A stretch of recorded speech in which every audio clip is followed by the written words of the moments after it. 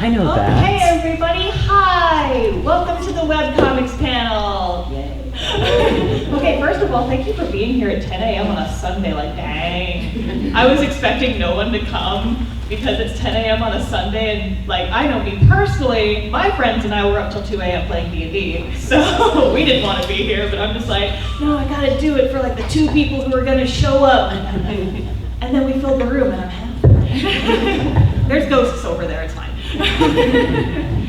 All right, so we're starting a little bit late, but the cool part is I have 2 panels back to back in the same room, so if we go over time, it's just me. But yeah, so we're just gonna go ahead and jump right into it. Webcomics 101, creating your story. Can you guys hear me okay if I'm this far from the mic? We're good? Everybody in the back, we're good? Awesome. All right, so very quick introduction. What panel is this? This is Webcomics 101, everything you need to know about starting and creating your own comic series online. What's a webcomic? So, self-explanatory, it's a comic you can read online. I'm betting that some of you have probably read at least one webcomic in your life. Also, who are you? That's me. Sorry, microphone. So I am Star. Yes, that's actually my name. I am the writer and artist of a comic called Cast Off, and this is my shameless self-plug. So if you want to read my comic, it's about this sad boy and this angry girl and this nerd, and they go on adventures while being chased by the fantasy cops. It's fun. Ignore the fact that there's a really bad cliffhanger that's about to happen right before I go on like a month-long hiatus at the end of the chapter. It's fine. It's fine. Don't get mad at me. Okay, and then also my comic is a member of the Spider Forest Webcomic Collective, which I will talk about more in a little bit. But hey, if you make your own comic, we have audition is not the word I'm looking for. Application. We have application seasons open once a year, so if you want to be part of a cool community, we like comics, so join us. Okay, so the decision, or why should you make a webcomic? So before we get started, I want to know, just by show of hands, if you're at this panel, I'm guessing you guys want to make comics, or at least interested in that a little bit. So raise your hand if you have an idea for a comic and you have not started yet. Radical. Y'all are my target audience. Okay, so this is the part where I convince you guys to make a webcomic and not say like a visual novel or something like that. Visual novels are great. I am biased. So number 1, here's why you should make a webcomic. Practice. So webcomics are a great way to practice things like writing, drawing, visual storytelling, and also learning how to promote yourself, which is how you get people to read your comic. So the thing about webcomics is a lot of people are scared to start at the beginning because they think, oh no, my art's not good enough yet. I have to get better at comics before I start making comics. Y'all, you don't get better at playing tuba by thinking about the tuba really hard. You gotta do the thing to get better at it. It's like, I'm constantly preaching this to my friends. It's like, you don't get better at comics by thinking about them real hard. You gotta get all the bad comics out of your system first. And you can't do that unless you actually do it. Number 2 is discipline.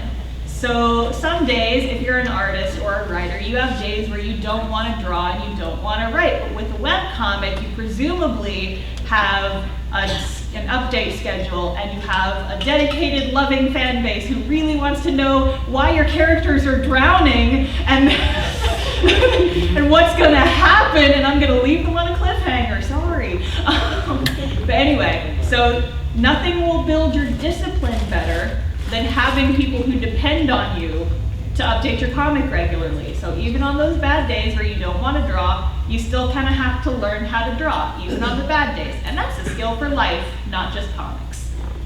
Number 3 is portfolio, because if you are an artist and you are a writer, having a large volume of work publicly available for people to see is really, really good, because I've gotten a lot of opportunities from having a webcomic and from like just kind of existing out in that space and people being able to see like my writing and drawing chops in a formal way like that. And it also lets you see the progression of your skills over time. I didn't put any examples in here, but I have my pages from 4 years ago and my pages now look completely different And that's awesome, because a lot of people who read webcomics really like to see that sort of thing. It's like, how does the artist improve over time? How does the writing improve over time? And that's awesome. Also, personal satisfaction. You get to make a thing and then share it with the world and make strangers cry over your original characters. That's why I do it. And that's really fun and awesome, because you're just like sitting there typing, like, yeah, it's gonna mess everybody up so much. Also, it's fun, I promise. You'll have to take my word for it, it's very fun. Oh, very quickly, this is the slide where I crush your dreams temporarily. So here's why you should make a webcomic. If you are trying to get into webcomics for one or both of these reasons, I urge you to reconsider. Don't make a webcomic in order to get famous, because it is a long ride. It takes a few years at least to build up a fan base. There are ways to kind of build an audience faster, but a lot of times it just really depends on your skill and promotion, how good your comic is, and just how lucky you are. So if you're doing it to be a get famous quick thing, is probably not gonna happen. Also to get money, because a lot of comics are just like hobbies. So I see so many people now who are like, I'm gonna make a webcomic and then get rich quick. That's not how it works. Hand. Oh, I was gonna say, yeah, don't do it for money. I make like a quarter on Tapas every time. Oh man, Tapas. So yeah, don't think it's gonna be a get rich quick scheme. I can pay rent with a quarter. It's fine. I live in Austin. I just moved into a new apartment. I'm sorry. Sorry to interrupt your panel, but also if a manga aggregator comes to your comic and says, "Hey, we would love to add your comic to our app," tell them to go away. We will talk about that in the interim, I think, because that's not a topic here. But okay, so I've got like 30 minutes between this panel and the continuation of this panel, so we can totally just like talk shop if y'all want to hang out. That's definitely something we can bring up. But I want to get through this panel. We're good. No, you're good, you're good. Like, it's a good point, yeah. So like, you can't pay rent with a quarter. I was making like 10 bucks on Tapas back when I still updated my comic there, and I called it my burrito fund, because I got to get like one burrito a month at Chipotle. It's like, yes, these many hours, I get a burrito. All right, so should you make a webcomic? Yes! I put it in there with the big font, so you know it's important. It can be hard and stressful, but the satisfaction you'll get from creating something awesome overcomes all the bad parts. It's a great way to make friends, improve your art and writing, and learn lots of cool stuff. Webcomics are great! Woo! I'm not used to getting woos back from that. Awesome! You guys are great. It's Sunday morning and you're already so much more enthusiastic than I thought you would be. Okay, these are all the nonsense excuses I hear, and I'm calling out everyone in this room. Everybody who raised their hand earlier, I'm calling you out. Because these are all the excuses I hear all the time, and this is why they're nonsense. But my art isn't good enough yet. I already covered this. You don't get good at art by thinking about it. You don't get good at art by just hoarding tutorials on Pinterest, you guys. You have to do the thing. I went to art school, I know this. But yeah, also, so you'll get better while you work on the comic. Improvement over time is normal and expected. You learn much better by actually doing the thing. It's too much effort! Getting out of bed in the morning takes effort, but you still do it like 90% of the time. Some days you just want to sleep, and that's okay. But make your comics. Get out of bed, go sit down at your computer, make comics so that I can read it. But I don't have any motivation. I already talked about motivation. Discipline is way more important than waiting on inspiration to come to you like a muse descending from heaven and being like, here's a cool comic idea. And you're like, thank you, I will take this and do nothing with it.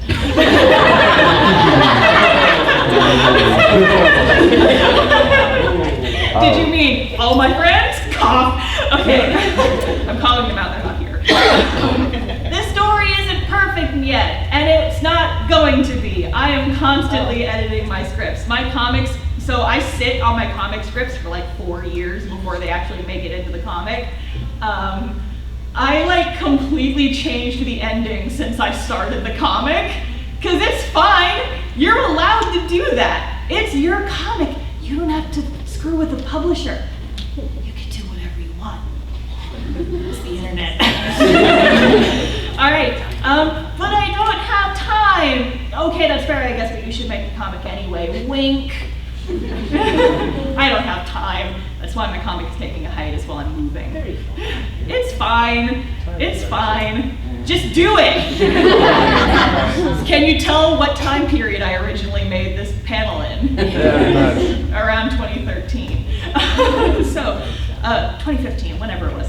So, moving on to the next part, getting started. Or, I want to make a webcomic, but I don't know where to start. Help!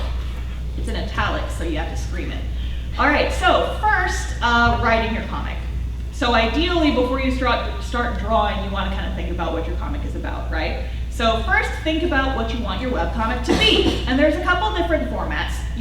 Like I said, it's the internet. You can do anything you want, but these are just kind of the go-tos for webcomics. I didn't really talk about Flash comics here because I have no experience with those, but that's also a thing. So a gag-a-day comic strip is like the stuff you read in the newspaper, that's like Garfield. A page-by-page long format comic, which is, I think, what most web comics are these days. So that's like, it's basically a graphic novel, but you read one page at a time, just whenever it updates, like once a week maybe. An infinite scroll comic, these are kind of the new hotness. If you're familiar with Tapas or Webtoons at all, this is where like you just keep scrolling to like one panel at a time. It's really easy to read on your phone, which is I think why it's gotten so popular. But yeah, so how you present your comic will impact how you write it, how often you can upload new pages, etc. So it's a good idea to have at least an idea of what you're going to be doing pretty early on. Before you draw your comic, you should write your comic. I always say that, like, okay, if it's just like a gag-a-day, like snarky dudes talking about video game comics, and you don't have like an overarching plot, this is less important. But if your comic has any sort of plot, I recommend starting at least with an outline, just so you kind of know where you're going. Also, just hot tip from start, unless you're collaborating with someone else, your scripts only need to make sense to you. So don't force yourself to use a format that you hate. Like me personally, my comic scripts are, all of my characters, their names start with a different letter. So I literally just do first letter of their name, colon, everything they say, new paragraph, stage directions, new character, everything they say. And so I don't actually do like full movie script format, but I have friends who do that and they love it. So like, just do what works for you. Because again, you don't have to play with the publisher. So you don't have to play by their rules. Your rules, it's your comic. Go for it. Also, if you're feeling stuck, I recommend trying an outline instead. So this is kind of sort of stripped from the Pixar's rules of storytelling, their whole way of like breaking down storyline. So the cast starts here. And then X happens. Because of X, Y happens. And then you just kind of have a chain of these until you get to your climax and your conclusion. So if you can draw out your story in like those most basic terms, that's a good place to start. Don't start at the beginning.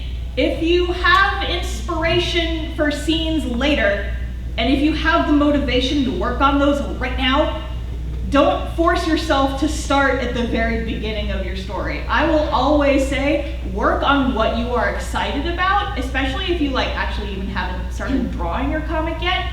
Write what you're excited about, and then you can string in the rest of it later. Like, I do that all the time. Like, I've written scenes that won't happen for like 5 years. But I was really excited one day, and I had some free time at work. So, this is just my pro tip. If you're having trouble with plot holes, I recommend writing down the problem and like actively taking notes as you try to fix it. It's easier to solve problems and figure things out if you can actually look at it and it's not just in the nebula of your brain. Also, walking around and talking to yourself also helps, but sometimes it scares your dog, so be aware of that. I don't know from experience. Also, yeah, don't stare at an empty Word document and expect to get inspiration. Like we said, inspiration is a fickle muse who should not be relied on. If you're stuck, I recommend taking a walk And if you don't live in an apartment complex like me, maybe talk to yourself a little bit and like just like kind of role play while you take your dog on a walk and hope that no one's listening to you. I'm talking a lot about the dumb things that I do while writing, and I'm just kind of putting myself out there. I'm a writer, we know these things. All right, biggest tip I have for people writing long format stories, know how your story ends, like before you even start writing it. Because it's always easier to go somewhere if you know where you're going to end up. And so if you ever get kind of stuck in your story, you always have that end goal in mind. Also, it's really fun to screw with people by dropping in like ominous foreshadowing, because you know it's coming and they don't.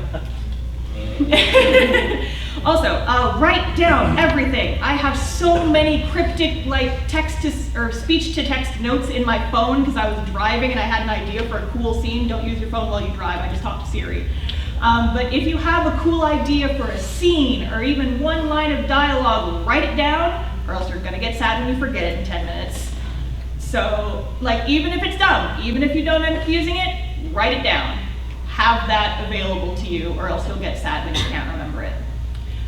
Programs like Evernote and Google Docs are good for this and also good for scripts because you can access them anywhere if you do come up with one of those brilliant ideas in the shower. Also, this is just Starla's pro tip. Please don't start your comic with an info dump of just all the lore in your comic series. Please don't do that to me. Please don't do this. I beg you, please don't do this to me. So I'm not gonna get too deep into this, but like when you open a story, it should be like, give me a character to root for. If your prologue is like 15 pages of, and then the gods had a war and the universe was created, I'm just gonna tab out of your comic and not come back. Or just sort of like, okay. Yeah, just like skip, like if I, okay, here's when does the guy show up? Basically, yeah, if I open your comic page and I see a paragraph of text, I'm like, bye. Encyclopedia? It's like, am I taking a pop quiz? And do I need to take notes? Are you gonna test me about this later? Why do I care? X out of that tab. So that's just like general advice. If you want people to read your comic, don't do that to me. Don't do that to your readers. Okay. Also, pro tip, don't start with your big idea. I would recommend not doing your magnum opus as the first comic you ever attempt, because first comics usually end up abandoned for one reason or another. I had a comic I did for a few years before I started Cast Off, and it was real bad, because it was my first time ever attempting a longer format story like that. I did it for like 3 years, had to take a 6-month hiatus to work on my senior film, and when I came back to it, I hated every part of it. And I was like, oh no, oh no, Batman, this is bad. So that comic hasn't been updated in like 6 years, but it's fine because I'm okay with that. My new comic is better. But yeah, so start with something small you can finish easily. And this doesn't even have to be anything that means anything. When I was in like middle school and high school, I would just like do little 4-panel newspaper comics about dumb stuff my friends said. But you know what? It helped because it teaches you rhythm, it helps you with drawing, it teaches you panel placement and all this other stuff. So just do some comics you don't really care about too much, and then start your webcomic is what I recommend. Like, get some practice out of the way first. Don't jump on a motorcycle if you haven't ever ridden a bike before, is basically the metaphor I just came up with. Also, this is also kind of calling myself out. Keep it tight. Sprawling epics are good and fine, but when you're 25 years into your story and you're 500 pages deep and you're only like an eighth of the way through the story, and you kind of just like look off into the future, you might like just panic, because that's happened to me before. So if you can keep it tight, do that. Shorter is better. I know that you want to do like all the little tiny scenes. Keep it tight. Short's better. Oh, also, and then this last one is planning versus pantsing. And I will explain that in a moment. Find out which one works for you and roll with it. So planning versus pantsing you might have heard of under different names. I like this one better because it's alliteration. But you might have also heard of the architect versus the gardener in terms of writing. So the architect is the person who like plans out every single detail of their story, super, super detailed before they ever start actually writing it. And the gardener is more like the person who just kind of plants a tree and maybe trims a couple branches here and there, but just kind of watches it go and to see where they end up. So that's planning versus pantsing. So planning is like, I'm gonna plan out all the details, and pantsing is, I'm gonna rip the pants off my characters now. What's gonna happen? I don't know. We're just gonna play along with it. Yeah, then this is an idea this is a comic my friend made that kind of details it. Just let you guys read that for a hot sec. So the gardener lets the seed of an idea grow organically, and then you have the crocodile hunter who just kind of goes after their subplots and chases their bliss. So that's by my friend who does the comic Somnambulist. You all should read it if you haven't. Okay, also, I mentioned my webcomic community earlier. These are some tips from them. I made just like a forum post and said, what advice would you give to a comic creator in the work, someone who's just starting or will be starting soon? Write it out first, always work from a script. I already mentioned that, but now it's not just me saying it. Start with something a bit shorter first. Don't jump into an epic fantasy for your first project unless you really love it. And then I can't stop you. Your first comic is a learning experience, so don't expect it to be something it isn't. Don't expect it to be a magnum opus if you've never drawn anything other than a stick figure before. It's fine, but just like, have realistic expectations. Love yourself in your art and your comic. Okay, also, I mentioned this also, if something isn't working for you, you can change it because it's your comic and you make the rules. Also, these last two are important. This one's my tip, but yeah. A title that no one remembers how to pronounce or spell is a bad title. I cannot tell you guys how many comics I've read where I really liked the comic and I wanted to go back and read it, but I can't remember the title because it was something really weird and complicated, and now I literally can't find it anymore. Fantasy comics are extremely guilty of this. If I can't spell it, I can't Google it. And then I can't find it. So if you want people to remember what your comic is called, make it something simple. Yes? Oh, sorry, I keep interrupting. But no, like, yeah, don't do weird Japanese titles. Like, oh my gosh, yes, that too. Like, you know, Under Night in Birth, how it's supposed to be Under Night in Verse. You know, it's supposed to be pronounced like that, but Japanese are weird. don't do stuff like that, or like cross blaze or whatever. Oh my god, but, like the X is the cross. X, but the like ninth, the X whatever. is the cross, and then it's blaze, but like with if the I can't X or Google it, something. I can't read it. So it's like, yeah, just make it simple, make it easy. You know? Yeah, exactly. Also, figure out your elevator pitch. Describe your story in 2 to 3 sentences. So this is an exercise that I try to tell people to do. If you can't describe the plot of your story to me in 2 to 3 sentences, you don't understand what it's supposed to be about. So write me a synopsis that is simple, and you can tell me when we are stuck in an elevator together for like 3 floors. Pitch it to me in a way that I will understand and make me interested in 3 sentences, or else I'm gonna walk. And that sounds harsh, but it's a good writing exercise because once you figure out what your story is about, it makes it a lot easier for you to focus when you're writing it. And there's a book called, okay, I'll talk about it later. I thought it was the next slide, it's not. I'll come back to that. Making your comic. Now we got all the writing out of the way, so now it's time for the fun part. It's time to draw some stuff. So next also, you have to think about the format of your comic again. How are you gonna make it? Is it going to be traditional medium, which is hand-drawn on paper and maybe scanned? Please don't take pictures with your phone if you do traditional, I beg you. I'm begging you. Just go to the library and borrow their scanner, it's fine. Support your local libraries. Digital, which is drawing an art program like Photoshop, Clip Studio, Sci, etc. Is it people that I know do 3D comics where they have the 3D models and they just pose them and then like take screen caps and work it into panels, and that's perfectly okay too if you're good at 3D modeling. Also, is it going to be in color? Is it going to be in black and white? Are you going to do screen tones? Is it going to be this or this or this? Before you get started seriously working on your comic, I would recommend you experiment with it. Try to find something that you enjoy doing and that you can do quickly and regularly. So here's some software recommendations for you guys. So me personally, I used to use Photoshop for everything because I had an old install of CS4, which does not require the subscription to pay for. But I recently, like within the past few years, I switched over to Clip Studio Paint, and it's my baby now. It's an art program specifically designed for illustrators and comics. It's originally Japanese software, but you can get the English version online. It is a little expensive. It's about $100, but it goes on sale like every couple months. So just watch out for a sale, and you can get it for like $20. And it is so worth the investment, you guys. I love Clip Studio so much. It's amazing. And then Photoshop is, like I said, what I used to use, and I still use it for some things. It's expensive, but it really does have everything you need. So if you already have the Creative Cloud subscription or you have an older install, it works. You can do that with it. Yes? CS2 is free. Oh, it is? Yeah. They accidentally released it for free and said, might as well leave it. Oh, well, there you go. You can get Photoshop CS2 for free. It's old, but it should still do everything you need it to. It won't have some of the newer features, but some people don't got money. And then other options, Paint Tool Sai is one.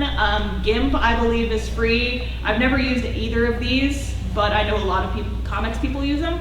Procreate for iPad, if you have an iPad Pro and you use that, I actually do. I wouldn't make comics fully in it, but you definitely can. Yes? There's also Ibis Paint X. Oh, yes, I knew I was forgetting one. I thought it was Ibis Paint. No.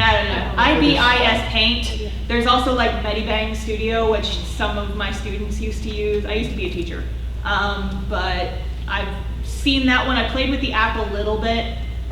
It's very similar to Clip Studio, and you can get it for free on your iPad, I believe. But yeah, there's like tons of options out there. If you already are familiar with art, you probably have a program that you like to use. But if you're going to be doing comics, maybe you want to experiment with something new. And speaking of experimenting, before you start your comic, you should experiment. So try drawing pages both traditionally and digitally. Try shading in color, in grayscale, with screen tones, or flat black and white. Find out what works for you and what works for your story. So what works for you is going to be what you enjoy doing and what you can reliably make without driving yourself crazy. What works for your story is going to depend on your story. If you want to do like, what's a good example? Like a very, very cute, fluffy pastel comic about like rainbow unicorns that live in a field, maybe you don't want to do like a high contrast, pure black and white noir style comic. I would love to see that, but I'm not sure if it would necessarily work for the tone you're trying to put out. So just kind of think about it. Also, pick an art method that you enjoy doing and doesn't burn you out. If you hate coloring, you don't have to color your comic. You can do it in black and white. That's totally cool. If you hate working in gray tones like me, and you want to color your comic even though it takes that much more time, then do it. Don't force yourself to work in grayscale just because it's faster. Do what you like doing and do what isn't going to destroy you. Also, time yourself when you draw and try to make yourself as fast and efficient as possible. Because the thing about comics is you're going to be spending a lot of time doing them, and anything that you can shave off of the amount of time you're spending on it is very good, a good idea. If you can work faster and smarter, you will thank yourself later when you're 400 pages in and you try to count up how many hours you spent on your comic and you just kind of cringe a little bit. That's the story from my life. Oh my God, this is the most important slide. Back up your files! Back up your files! Put them somewhere that's not on your computer, please! I'm putting my hands toward the ceiling because it's important. Save yourself the tears and frustration. I went to art school. They told us horror stories about how oh my God, this dude was working on a senior film. He had 3 backups. He had his personal laptop, he had the computers, like servers at school, he had an external hard drive at home.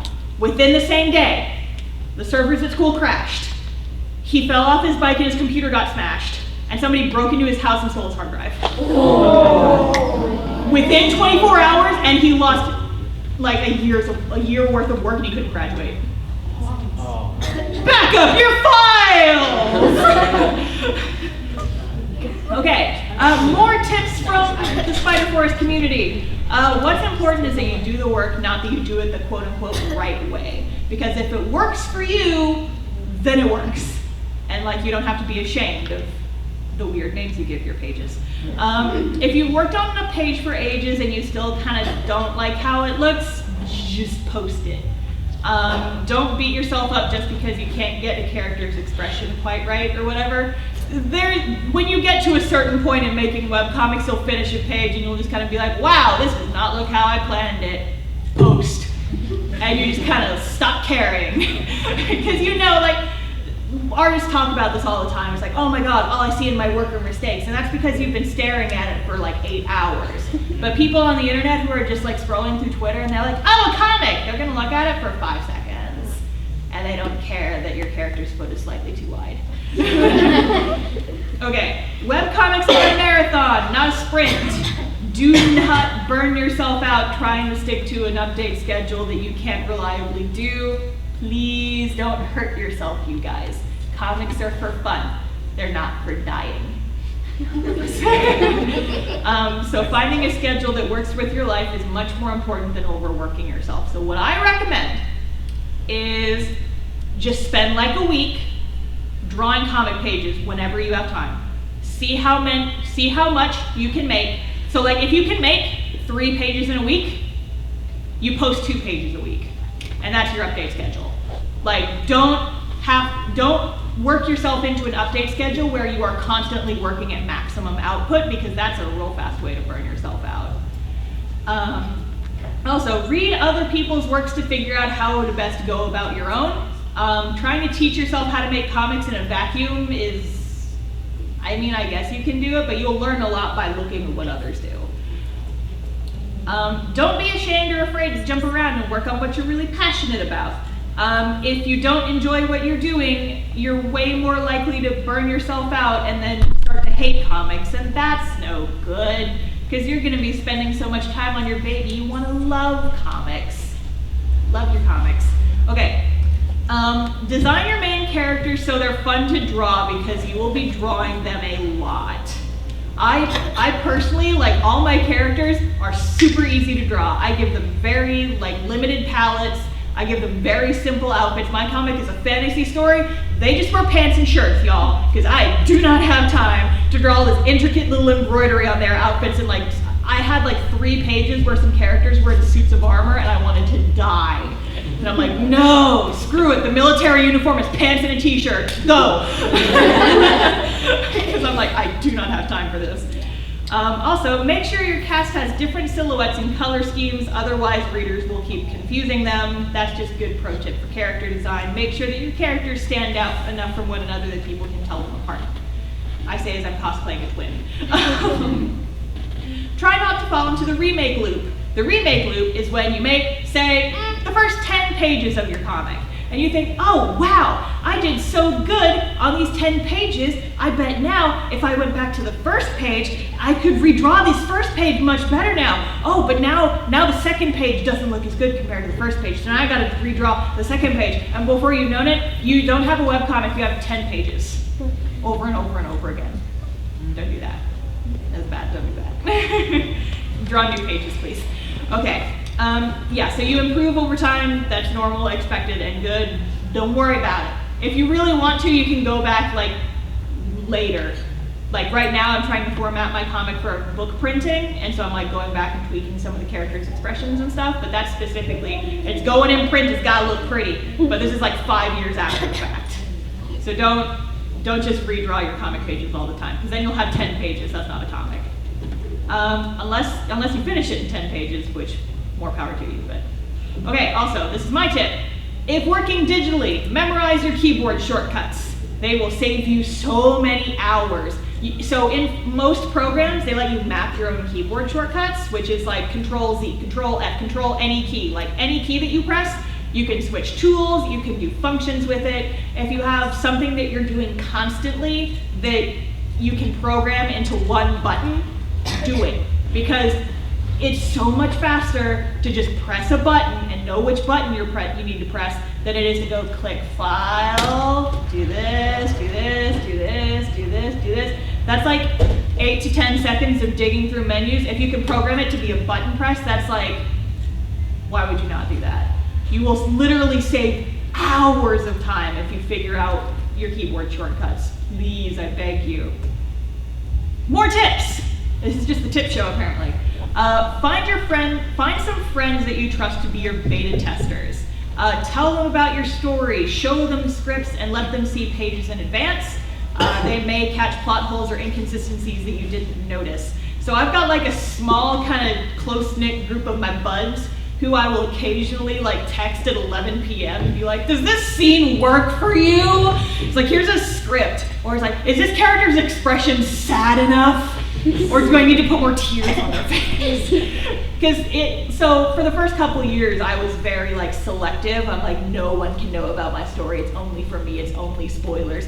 But now I have like a couple people who know spoilers, and I get to watch them get upset over my nonsense. It's like, look at how sad I made this character! And they're like, no, why would you do that? You should do this and it'll make them sadder. And I'm like, good idea!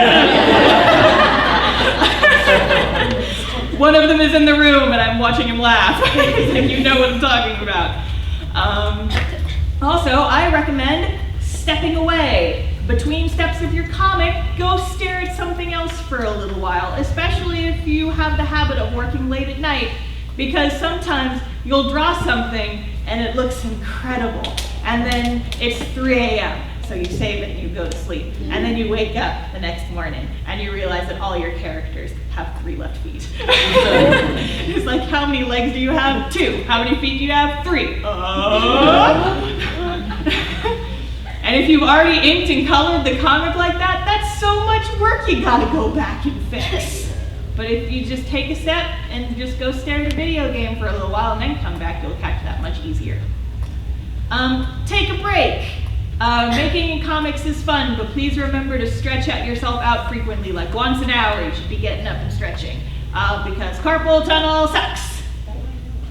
It really, really does. Like I said, I went to art school. The first day of class of one of my comic making classes, he just showed us pictures of carpal tunnel surgery, and it's like, welcome to comics, don't let this be you.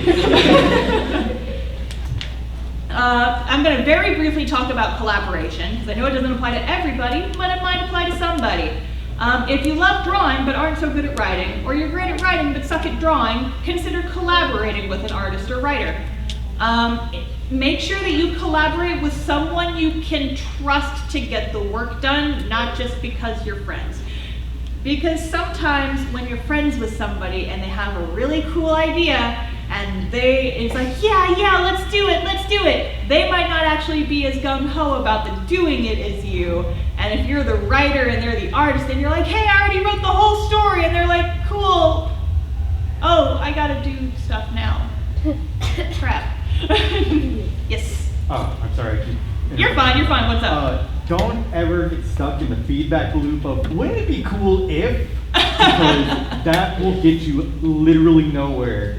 Because you'll just be stuck in that feedback loop for 3 years, and then you don't have a comic. Yeah, then you just don't have a comic, and then it becomes some sort of giant epic that'll never get made in like 10 years. With all the stuff you want to add in. So yes, not get stuck in that feedback loop. You will kill yourself. So go ahead. Yeah, so collaboration is a little bit tricky, but if you can find someone who you can reliably work with, you can work that out with them. But yeah, so make sure you're collaborating with someone who you know will be able to get the work done, not just because you're excited to work with them. Also, highly recommend it. Write a contract before starting the comic to make sure that all your priorities are laid out and agreed on in case any issues come up. This is especially important if and when you start getting some hot monies, because that's what brings out the worst in people, and I've seen lots of comic collaborations break up comic making teams because of just issues with the money. Oh, so the next slide is my most important tip about collaboration. Are you guys ready? Yes. Don't expect artists to draw your comic for free, and artists do not work for people for free. Please! If you listen to no one else, listen to me. I have your best interest at heart. Don't put so much work into someone else's passion project unless you are getting that money. Don't do it for exposure. You know what exposure does? It kills you in the desert and then you die. You can't pay rent with the rays of the sun unless you have solar energy. But yeah, so for real, you guys, Like, we've had people come to the Spider Forest forums and be like, hey, my girlfriend and I have like this fantasy epic roleplay that we want to make into a comic. Who wants to work on it? And we're like, how much are you paying? And they're like, what? We don't have money. And I'm like, well, then no. Because I have to feed my dog and also me. All right, so comic resources. Other hot tips for comic stuff. 2 books. Making Comics by Scott McCloud is kind of this was actually a textbook at the school I went to. It's basically everything you need to know about making comics, and it's written like a comic. It's very cool, so I highly recommend it. It's very cheap. You can get it for like $15 on Amazon. This one is Save the Cat, the last book on screenwriting that you will ever need. I got this book for Christmas. It's the best. So if you want to up your writing chops, this is this book about writing screenplays, but most of the information will be applicable to any sort of writing, so I highly, highly, highly recommend reading through it. It's got some good tips, and this is also really cheap. You can get it on Amazon for like $10. Unless you hate Amazon, then go somewhere else. But both of these books are very within budget. So I would highly recommend it if you want to up your chops and you just don't want to listen to me talk. So websites. Webcomicchat.com is a Twitter chat room, and they will update it with the topics of conversation each week with an archive. This has not been as active recently, but you can go back through the archives and see lots of people's perspectives on how to conquer different problems in comics. So it's a pretty cool resource if you want to go back and look through that. Webcomic Alliance is a blog website about making comics. They have several different writers who all write about different topics. There's a bunch of really valuable information in there. So if you're looking for any specific topic, this might be a good place to check first. Also, Tumblr /DeviantArt/Pinterest/ what have you. People make comic tutorials and art tutorials all the time. They're out there for you to find. You just have to go look for them and then use them. And it's an amazing resource. The internet is amazing. Woo! Also, forums. Self-plug again, but the Spider Forest forums have lots of threads on different processes. We also do concrete threads like constructive criticism. So if there's something in your comic that you're not sure about, you can go in there and request like a gentle critique, and we'll say like, I really like your comic, but I think you might want to try this, and then it's really good feedback if you're interested in that sort of thing. And it comes from all other comic creators. Like everybody there kind of is interested in comic or makes their own comic. So it's a good way to get feedback from other people who have been on this pony for a while. And then Tapastic and Comic Fury are both webcomic websites that have their own forums.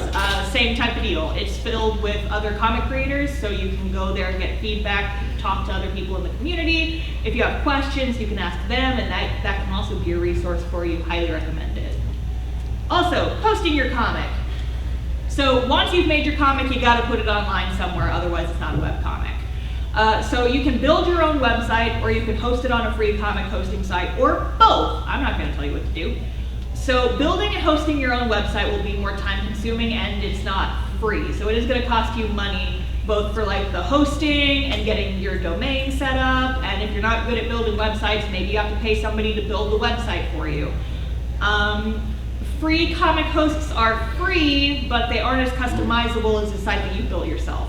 So if you post on like Tapastic or Webtoons or what have you, you're kind of forced into their format. If you make your own website, like I said, it's more time consuming, but it is infinitely more flexible, and you can like custom tailor your site to what you want it to look like. So your site actually kind of fits the theme of your comic, and that's just kind of a better user experience, I find. So decide what's best for you. You can experiment with both. If you're just starting out as a comic creator, I would recommend starting on a free host. And then if you decide after a couple months this is something you really want to get going, maybe building your own site later. When I first started my first webcomic, I was just posting it on DeviantArt, which wasn't great, but this was like back in the early 2010s, and DeviantArt still had people on it. So you know, it worked. So these are some comic hosting sites you can use. Tapastic recently rebranded, so now it's just Tapas, but if you search up Tapastic, you'll still find it. So these two are the big ones, Webtoon and Tapas. Smack Jeeves is still around. Comic Genesis I've never used, but it works. The Duck, DeviantArt are both kind of dead, but some people still use it. Tumblr is kind of the same. I don't really recommend Tumblr for webcomic, for long form webcomics. It's better for strips, like funny comic strips or what have you. Something that's each post is its own individual story. It's not as good for long format stuff, but if you have like a comic strip, it works for that. And then Comic Fury is very similar to these others. You can post your comic there. I've never used it. I can't talk about it too much, but I've got a lot of friends who started there, so it's a good place to host. If you're going to build your own comic website, these are some features you should have. Not all of these are required, but I recommend them. An about page, brief synopsis of your comic, when the comic updates, a blurb about the creator. Also, if you have any like content warnings or anything like that, that's a good place for it. If it's not on the homepage, put it here. Just because, you know, some people get squicked out. It's like, I don't want to read a story about XYZ thing happening, so sometimes I'll like go do a little bit of research before I start reading to make sure I don't get invested and then get slammed in the face with, oh God, I don't want to read this, bye. An archive page. If you have readers, especially if you have a lot of pages, a page where people can just go through and find the page where they left off on is very, very important for people to be able to read your stuff. A characters page, especially if you have a lot of them. Picture, short bio about who they are and what they do is important, especially if you have a lot of characters. Helps your readers remember their names and keep their heads on straight. Navigation, which is like your forward and backward little buttons. I recommend putting them at the top and bottom of each comic page. That way if someone's only like 3 pages behind, they can just, before they scroll down and see spoilers, they can just go click, click, click. But that's up to you. A lot of people don't have it on top. I recommend it. It's up to you. A comment section, optional, but very, very fun because you get to watch your readers squirm when you do terrible things to your characters. And then you can tease them with your like coy reactions, like, oh my God, what's gonna happen? And then you just post a GIF of somebody eating popcorn. It's like, I don't know, I just wrote it. That's how I interact with my audience. You guys do whatever you want, but I like to torment people. A links page with links to other webcomics you like. This is where a lot of my readers come from actually, is if I like a comic, I'll post like a small banner, maybe like a short description on a link page. So like, if you like my comic, here's all the comics that I read. And sometimes like people return the favor. And so like if somebody likes your comic, have a banner available that they can put on their website and then you'll get their readers if they are interested in your comic. So it's kind of a symbiotic relationship with other members of the comic community. Is good. And also I find a lot of webcomic pages by just like kind of going down the rabbit hole. It's like, okay, I like this comic. What are they reading? Boom, that one. Now I'm gonna read that one. That was good. What does this creator read? Boom, read that one. And then you spend 8 hours reading webcomics. If you use social media, easy to find social media links are probably a good idea. So I use like Twitter and Instagram mostly, and I just have them in the sidebar, because sometimes if you like a comic, you want to see what the creator's up to. And sometimes they just post pictures of their dog, but it's fine. And then an RSS feed for your comic. I personally don't use RSS feeds, but a lot of people do. It's basically, you can set it up on your computer so that anytime the comic updates or something new is added, if someone has an RSS feed for your website hooked up, it'll get a ping so people can see, oh, this comic just updated, and then they know when to go check your page. Tips. If you can, I recommend launching your comic with the entire first chapter or at least a large chunk of pages. So give people something to sink their teeth into, get them interested, and they will be more likely to stick around for a little bit. So also, if you make pages beforehand, if you kind of have a buffer backlog of pages, it takes some of the pressure off and gives you an idea of how fast you can work, how often you can update before you ever start posting the comic online. Also, we mentioned this earlier, but don't expect your comic to be super popular right away. It'll take a few years to build up an audience, and generally people won't get super invested in your story until you're around 100 pages in. This in the community is called the 100 pages rule. It's not a hard and fast rule, but generally, if you have like 3 pages and nothing happens on them, people aren't gonna come back and read your comic again because they're like, I don't care. I mean, the art was okay and I saw it, but like there was nothing there. Maybe I'll check on it again in 2 years. But when you want readers right away, you want to give them something to make them want to come back.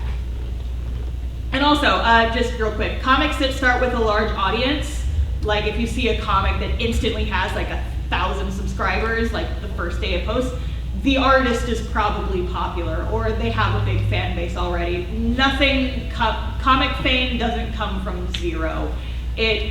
If someone gets popular right away, it's probably just because someone was doing the work in the background before the comic ever started. So don't let that discourage you. Everybody's comic journey is different. Hot tips. Establish an update schedule and stick to it, because nothing is more frustrating for readers than a comic with irregular or erratic updates. Pick a regular schedule that works for you and try to stick to it as best you can. So for example, my comic updates on Mondays and Fridays. Recently, I literally just finished an intercontinental move, and so I had to drop down to 1 page a week for a little bit just so I could let the pages I had already finished just like tide me over until I was done moving. But you tell your audience about it, it's like, hey y'all, the comic's only gonna be one on Fridays for a couple months. And they'll be like, cool. But if you don't tell them that, that's when people start to get annoyed. Again, let people know when you update. So most comics, what they will do is they'll have a banner with their comics logo at the top of the page, and right underneath it, it will say updates Mondays and Fridays, or updates whenever your comic updates. Then everyone instantly knows the second they are on your website, oh, I need to come back on this day because there will be a new page for me to read, yay. So most comics update once a week or more. Any less and you kind of risk losing your reader's interest. You want to give them something to look forward to every week. There's exceptions to this, like if you batch post pages, like I only update once a month, but I post like 5 or 6 pages every time I do. That's a little different. That's kind of an exception to the rule, but just make sure that whatever you're doing, you're consistent with it. Also, always be a few pages or updates ahead.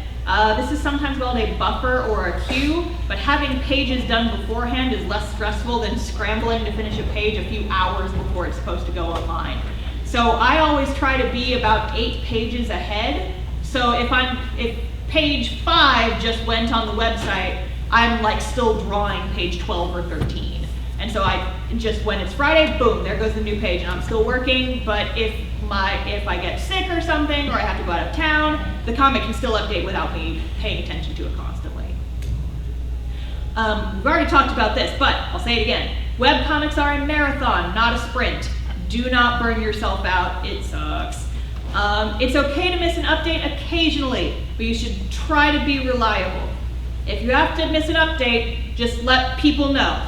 Generally, your readers will be pretty chill. Especially people who read a lot of webcomics, they understand that your life comes first, and sometimes you have to move to the other side of the planet and you can't draw for a couple weeks, and they'll be like, cool, just let us know when you'll be back. Your readers will appreciate honesty, so be open with them. Don't leave them in the dark wondering when the next update will be. That's very frustrating. Here, show of hands, how many people have been reading a webcomic and you love it, and then the creator just kind of disappears off the face of the earth? It's frustrating, right? Don't do that to people. I still want to know what happens. This applies to missing single updates. Like if you get sick and you can't update one day, just tell people. And also if you're going to go on a longer hiatus, I like to let people know well in advance. Like, hey y'all, it's July and I'm going to be going on hiatus in October. Just so you know, it's happening. So we're about to finish up here. I just want to get through these tips really fast. If you guys got to go, I get it, but I'm just going to finish this out real quick. So be your own biggest fan. If you are spending so many hours working on this, comics are a slog, and relying on outside encouragement is a fast track to losing motivation. So you kind of have to learn to rely on yourself to feed your own self-gratification. But if that's not good enough for you, what I recommend is if you save every nice comment that you get. What I do is every time someone leaves a comment that makes me happy on my webcomic, I take a screen cap of it and I save it in a folder on my desktop. And then when I'm sad, I go look at it, and then that's just the folder. It's literally a folder on my desktop called Things That Make Me Happy. And there's some pictures of puppies in it, and then there's a folder for nice comments that people left on my webcomic. And so when I feel like crap and I'm like, my comic's not good, I've got a whole folder to prove me wrong. So there you go. Highly recommend it. It's good for your brain. Don't compare yourself to others, because your webcomic journey is yours and yours alone. So don't let other people's successes tarnish your drive to succeed. I have many webcomic friends. We all take steps differently and in different order. Like a friend of mine just recently won an award for her comic, but I got to be on like 3 podcasts because I'm cool. So, and she's never been on a podcast, and I've never won like a big prestigious award, but we're all kind of going at our own pace, and it's fine.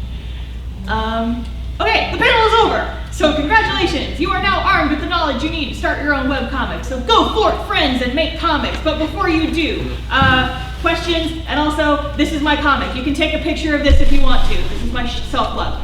Real quick, how we're gonna do this. The panel is over. We have a half-hour break, and then in half an hour at 11:30, I'm doing this exact same thing, but with Webcomics 102. So if you want to know more about the back end of comics making, this is self-promotion, Kickstarter, Patreon, all that other nonsense, monetizing your comic, you can come back at 11:30. You can stay here and hang out with me, or you can go do your own thing, but next panel starts at 11:30. So if y'all need to go, if you guys have questions, y'all do what you want, the panel's over, you can hang out here if you want to, or you can leave, I don't care. 11:30 is when the next one starts, we're going to talk about work ethic. Yes.